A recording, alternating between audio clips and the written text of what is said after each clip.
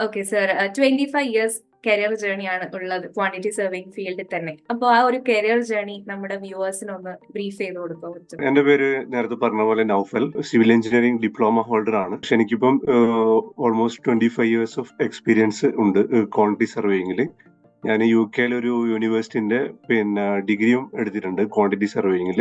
UK ഒരു Royal Institution of Chartered Surveyors, അതായത് chartered സർവേസിന്റെ വേൾഡിൽ ഏറ്റവും പ്രൊമിനന്റ് ആയിട്ടുള്ള ഒരു മെമ്പർഷിപ്പ് ഹോൾഡറാണ് ഞാൻ. അതുപോലെ തന്നെ ഈ RICSന്റെ ഇന്റർവ്യൂ പാനലിന്റെ അസസറുമാണ്, മെന്ററും കൂടിയാണ്. ഞാനിപ്പം വർക്ക് ചെയ്യുന്നത് സൗദി അറേബ്യയിൽ റെഡ് സീ ഗ്ലോബൽ എന്ന് പറഞ്ഞ ഒരു PIF കമ്പനിയിൽ കമേഴ്ഷ്യൽ മാനേജറായിട്ട് വർക്ക് ചെയ്യുന്നു. എന്റെ ഇവിടെ ഇപ്പം ഒരു ഓൾമോസ്റ്റ് ഒരു 1 ഇയർ ആവാൻ പോകുന്നു. അതിന് മുമ്പുള്ള ഒരു 23 ഇയേഴ്സോളം എക്സ്പീരിയൻസ് UAE-യിലാണ്. അതിനു മുമ്പ് ഫസ്റ്റില് ഞാൻ ഇന്ത്യയിൽ 1-2 വർഷം വർക്ക് ചെയ്തിട്ടുണ്ട്. അപ്പോൾ ഓവറോൾ എനിക്ക് quantity surveying, cost, commercial, contracts മാനേജ്മെന്റിൽ 25 ഇയേഴ്സ് എക്സ്പീരിയൻസ് ഉണ്ട്. അപ്പൊ എനിക്ക് എന്റെ പരിധിയിൽ വരുന്ന എക്സ്പീരിയൻസും നോളജും സ്കിൽസും നിങ്ങൾക്ക് വേണ്ടി ഷെയർ ചെയ്യാൻ ഞാൻ തയ്യാറാണ്.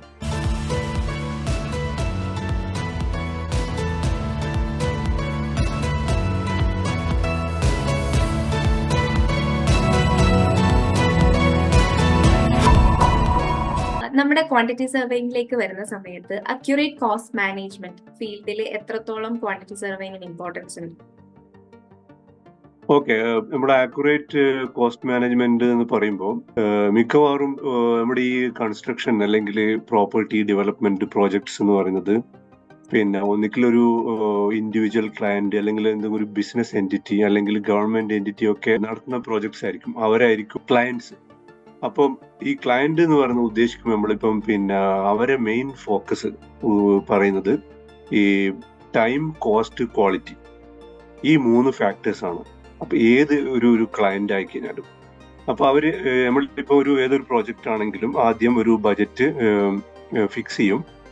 എന്നിട്ട് അതിന്റെ ബോർഡ് ഓഫ് ഡയറക്ടേഴ്സോ അല്ലെങ്കിൽ മാനേജ്മെന്റ് ആ ബജറ്റ് അപ്രൂവ് ചെയ്തതിന് ശേഷമായിരിക്കും ആ ഒരു ഡെവലപ്മെന്റുമായിട്ട് നമ്മൾ മുന്നോട്ട് പോകുന്നത്.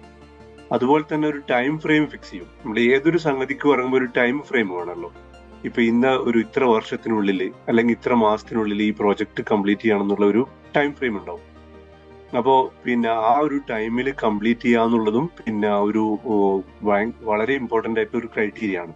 ഇപ്പൊ ഫോർ എക്സാമ്പിൾ ഒരു ഹോട്ടൽ പ്രോജക്റ്റ് നമ്മൾ എടുക്കുകയാണെങ്കിൽ ഒരു 2 ഇയേഴ്സ് അല്ലെങ്കിൽ 3 ഇയേഴ്സിന്റെ ഒരു ഹോട്ടൽ പ്രോജക്റ്റ് ആണെങ്കിൽ ആ എംപ്ലോയർ അല്ലെങ്കിൽ ക്ലയന്റ് ആ ഒരു പ്രോജക്റ്റ് കംപ്ലീറ്റ് ചെയ്ത് അവർക്ക് ഇൻകം അല്ലെങ്കിൽ റവന്യൂ ജനറേറ്റ് ചെയ്യുന്ന ഒരു സ്റ്റേജ് എത്തണം. അത് ആ പ്രോജക്റ്റ് കംപ്ലീറ്റ് ചെയ്തതിനാൽ അവർ എക്സ്പെക്ടേഷൻ ഉണ്ടാവും, okay first month, 2 month, second month എന്നുള്ള രീതിയിൽ റവന്യൂ സ്റ്റാർട്ട് ചെയ്യും. അപ്പോൾ ആ പ്രോജക്റ്റ് ഡിലേ ആവുമ്പോൾ ആ ടൈമിൽ കംപ്ലീറ്റ് ആവുന്നില്ലെങ്കിൽ ഒരു മാസം അവർക്ക് കിട്ടേണ്ട ആ റവന്യൂ കുറയുകയാണ്. അപ്പൊ അത് ഒരു ക്ലയന്റും അവരത് അഫോർഡ് ചെയ്യില്ല. അവർക്ക് ടൈം എന്ന് പറയുന്നത് വളരെ ഇമ്പോർട്ടന്റ് ആയിരിക്കും. അപ്പൊ ഈ കോസ്റ്റ് എന്ന് പറഞ്ഞ പോലെ തന്നെ കോസ്റ്റ് ആണെങ്കിൽ തന്നെ ബജറ്റിന് മേലെ ആർക്ക് നമ്മൾ എക്സീഡ് ചെയ്യുമ്പോൾ അത് ഏതൊരു ക്ലയന്റ് ആണെങ്കിലും അവർക്ക് അത് അഫോർഡ് ചെയ്യാൻ കഴിയില്ല.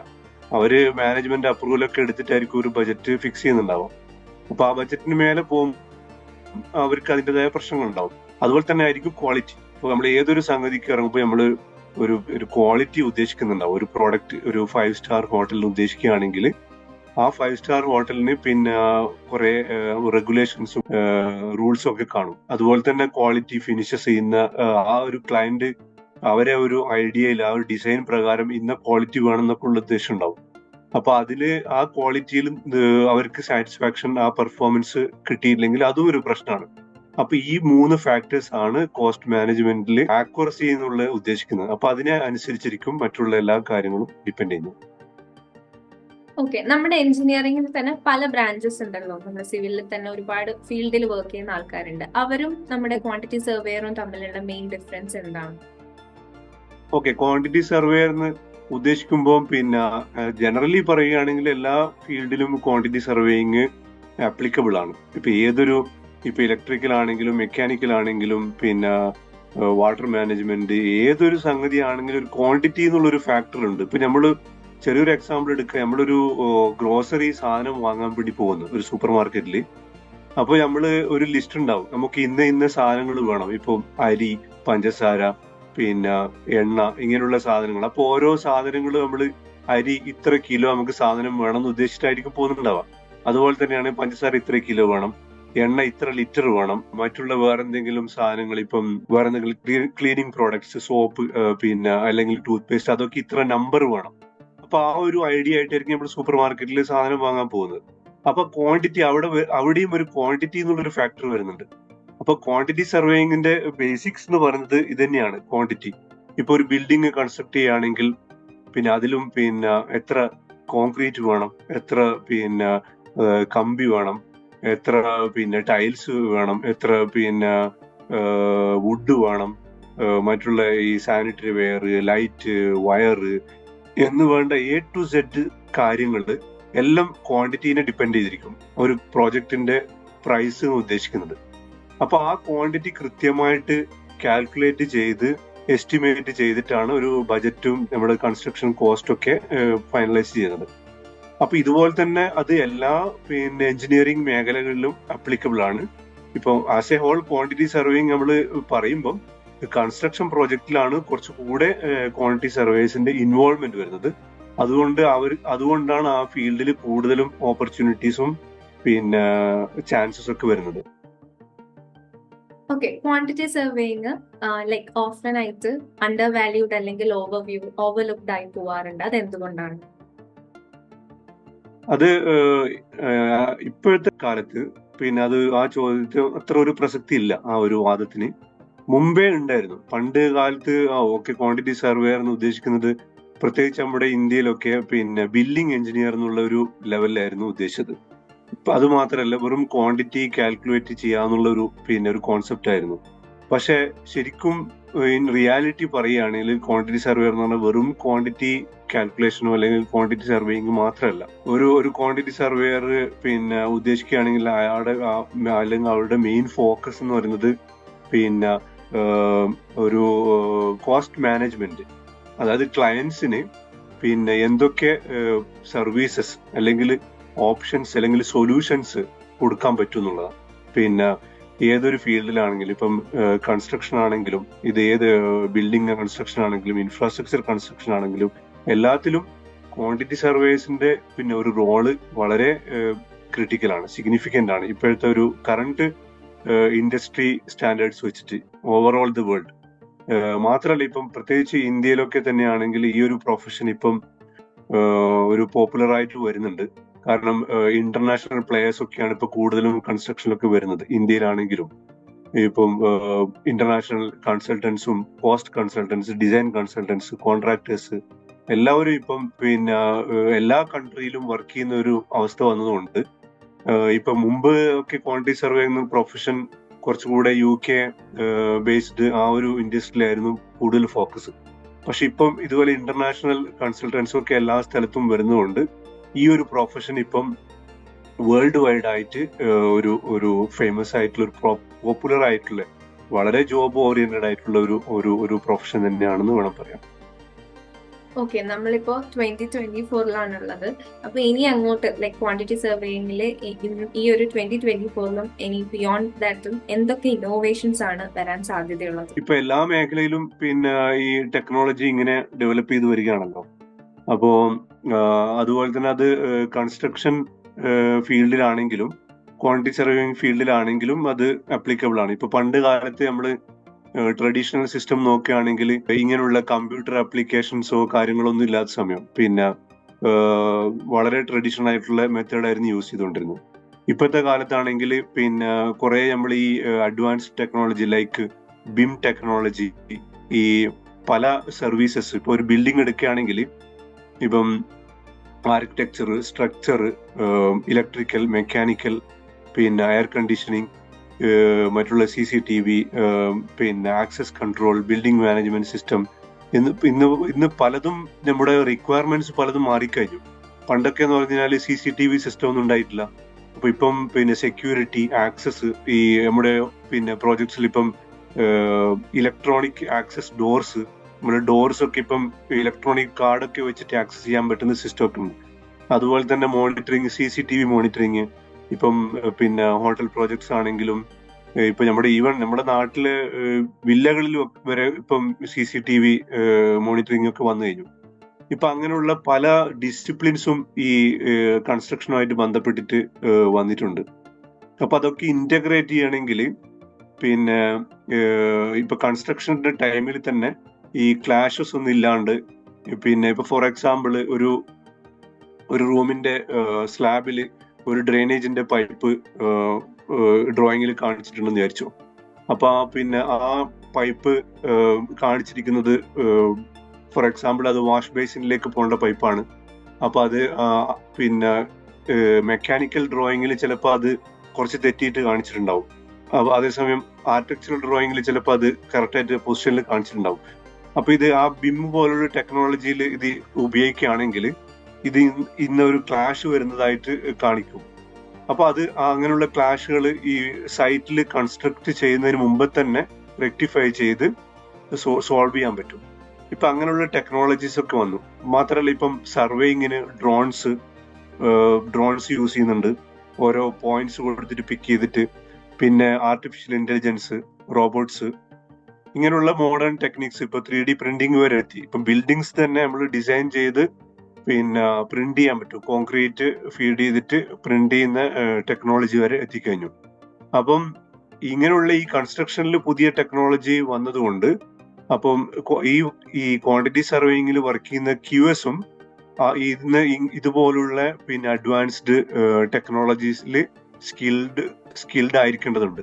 എന്ന് കഴിഞ്ഞാൽ നമ്മൾക്ക് ഈ ഡ്രോയിങ്സും ഈ ടെക്നോളജി ഒക്കെ ഉപയോഗിച്ചിട്ട് അതിന്റെ പിന്നെ കോസ്റ്റ് എങ്ങനെയാണ് അത് എഫക്ട് ചെയ്യുന്നത് എന്നുള്ള കാര്യങ്ങളൊക്കെ മനസ്സിലാക്കിയിട്ട് അത് പ്രോപ്പർ അഡ്വൈസും പിന്നെ അതിന്റെ കൺട്രോൾസ് ഒക്കെ ചെയ്യണമെങ്കിൽ ഇങ്ങനെയുള്ള ഈ അഡ്വാൻസ് ടെക്നോളജിയിൽ ഈ QSഉം പിന്നെ നോളജും സ്കില്ലും ഉണ്ടായിരിക്കണം.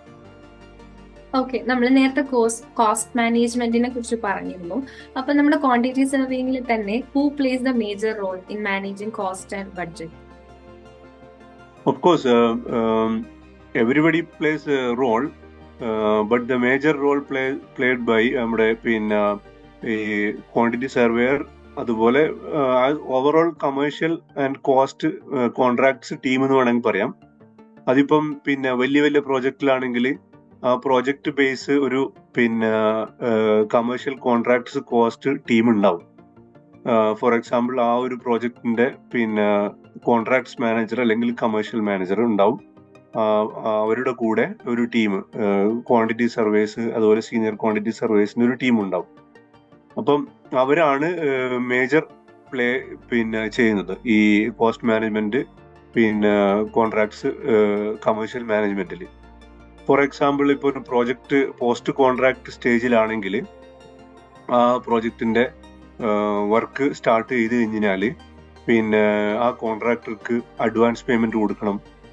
അത് സർട്ടിഫൈ ചെയ്യണം. അപ്പൊ അതിന് കുറെ റിക്വയർമെന്റ്സ് ഉണ്ടാവും. പിന്നെ അഡ്വാൻസ് പേയ്മെന്റ് ബോണ്ട് സബ്മിറ്റ് ചെയ്യണം, അതുപോലെ പെർഫോമൻസ് ബോണ്ട് സബ്മിറ്റ് ചെയ്യണം.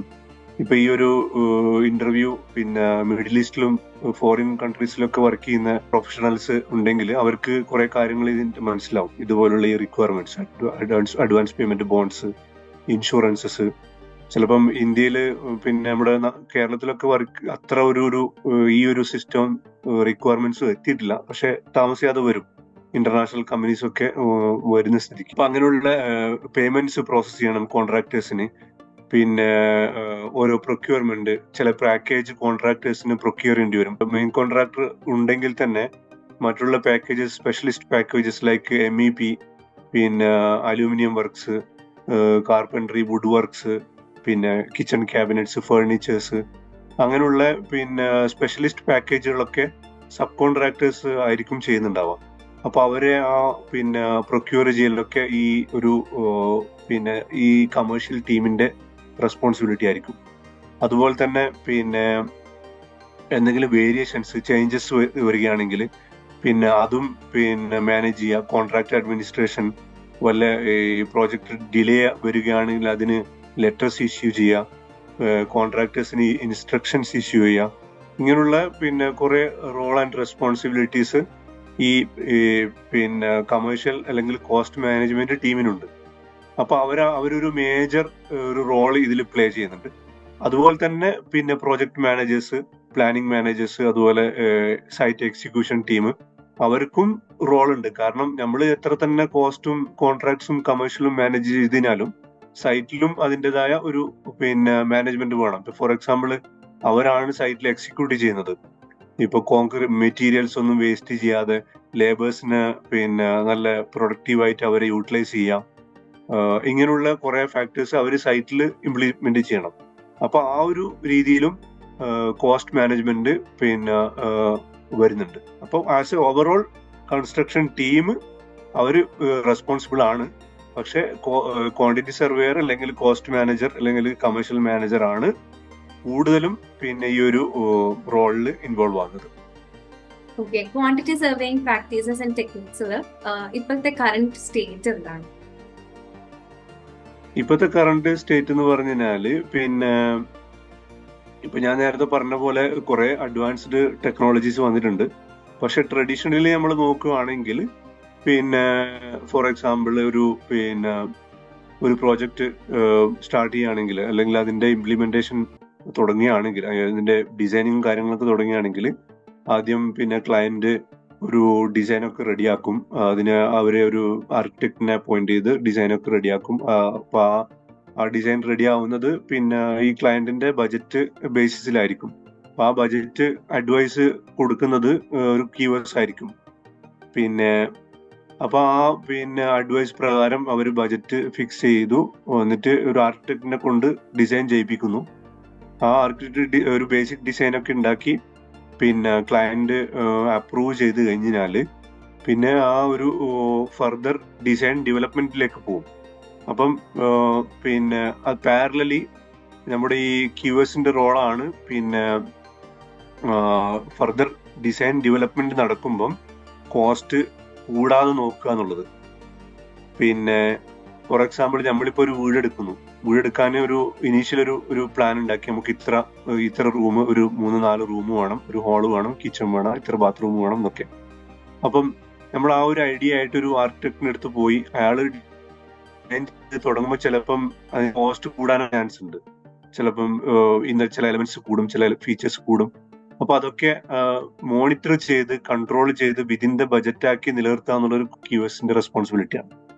അപ്പൊ അതിന് ഈ കോസ്റ്റ് പ്ലാനിങ് ടെക്നിക്സ് ഉപയോഗിക്കും. പിന്നെ ഡിസൈൻ ഓരോ സ്റ്റേജ് ഡെവലപ്പ് ആവുമ്പം ബജറ്റ് കൂടാതെ പിന്നെ അത് പ്രോപ്പർ ക്ലയന്റിന് ഇൻഫോം ചെയ്യുക. ബജറ്റ് കൂടുകയാണെങ്കിൽ അന്നേരം പിന്നെ എന്തെങ്കിലും വല്ല എലമെന്റ്സും കുറക്കാൻ പറ്റുമോ, വല്ല വാല്യൂ എഞ്ചിനീയറിംഗ് ചെയ്യാൻ പറ്റുമോ എന്നുള്ള അഡ്വൈസ് കൺസൾട്ടന്റിനോട് ചോദിക്കുന്നു. ഇപ്പൊ കൺസൾട്ടന്റ് പറയുന്നു, ഓക്കെ നമുക്ക് ഇന്ന ഏരിയയിൽ ഗ്രാനൈറ്റ് ഉണ്ട്, ആ ഗ്രാനൈറ്റ് മാറ്റിയിട്ട് നമുക്ക് പിന്നെ മാർബിൾ ചെയ്യാം, അപ്പൊ കുറച്ച് കോസ്റ്റ് കുറയും. അല്ലെങ്കിൽ പിന്നെ വേറെ സ്റ്റെയിൻലെസ് സ്റ്റീൽ ഹാൻഡ് റെയിൽ ഉണ്ട്, അത് മാറ്റിയിട്ട് നമുക്ക് GI ഹാൻഡ് റെയിൽ ചെയ്യാം. അങ്ങനെ അവർ ഓരോ അഡ്വൈസ് തരും. അതനുസരിച്ചിട്ട് ക്ലയന്റിനെ ഇൻഫോം ചെയ്യുന്നു. ഇപ്പൊ ക്ലയന്റിന് ആക്സെപ്റ്റബിൾ ആണെങ്കിൽ പിന്നെ അത് വെച്ചിട്ട് പ്രൊസീഡ് ചെയ്യും. അപ്പൊ അങ്ങനെയുള്ള ഓരോ ടെക്നിക്സ് ഉപയോഗിച്ചിട്ടാണ് ഫർദർ പ്രൊസീഡ് ചെയ്യുന്നത്. പിന്നെ ടെൻഡറിംഗിലേക്ക് പോകുന്നു. അപ്പൊ ടെൻഡറിംഗിൽ കുറെ ടെക്നിക്സ് ഇൻവോൾവ്ഡ് ആണ്. നമ്മള് പിന്നെ കോൺട്രാക്ടർ പ്രീ ക്വാളിഫൈ ചെയ്യുന്നു, അവർ ടെൻഡറിന് ഇൻവൈറ്റ് ചെയ്യുന്നു, ടെൻഡർ സബ്മിറ്റ് ചെയ്യുന്നു, പിന്നെ ടെൻഡർ കമ്പാരിസൺ, ഇങ്ങനെയുള്ള പിന്നെ കുറെ പ്രോസസ്സും ടെക്നിക്സും ഇൻവോൾവ്ഡ് ആണ്. അത് കഴിഞ്ഞിട്ടാണ് റെക്കമെൻഡേഷനും ഒരു കോൺട്രാക്ടറെ അപ്പോയിന്റ് ചെയ്യുന്നു. പിന്നെ ആ കോൺട്രാക്ട് സൈൻ ചെയ്യുന്നു, കൺസ്ട്രക്ഷൻ സ്റ്റേജിലേക്ക് പോകുന്നു.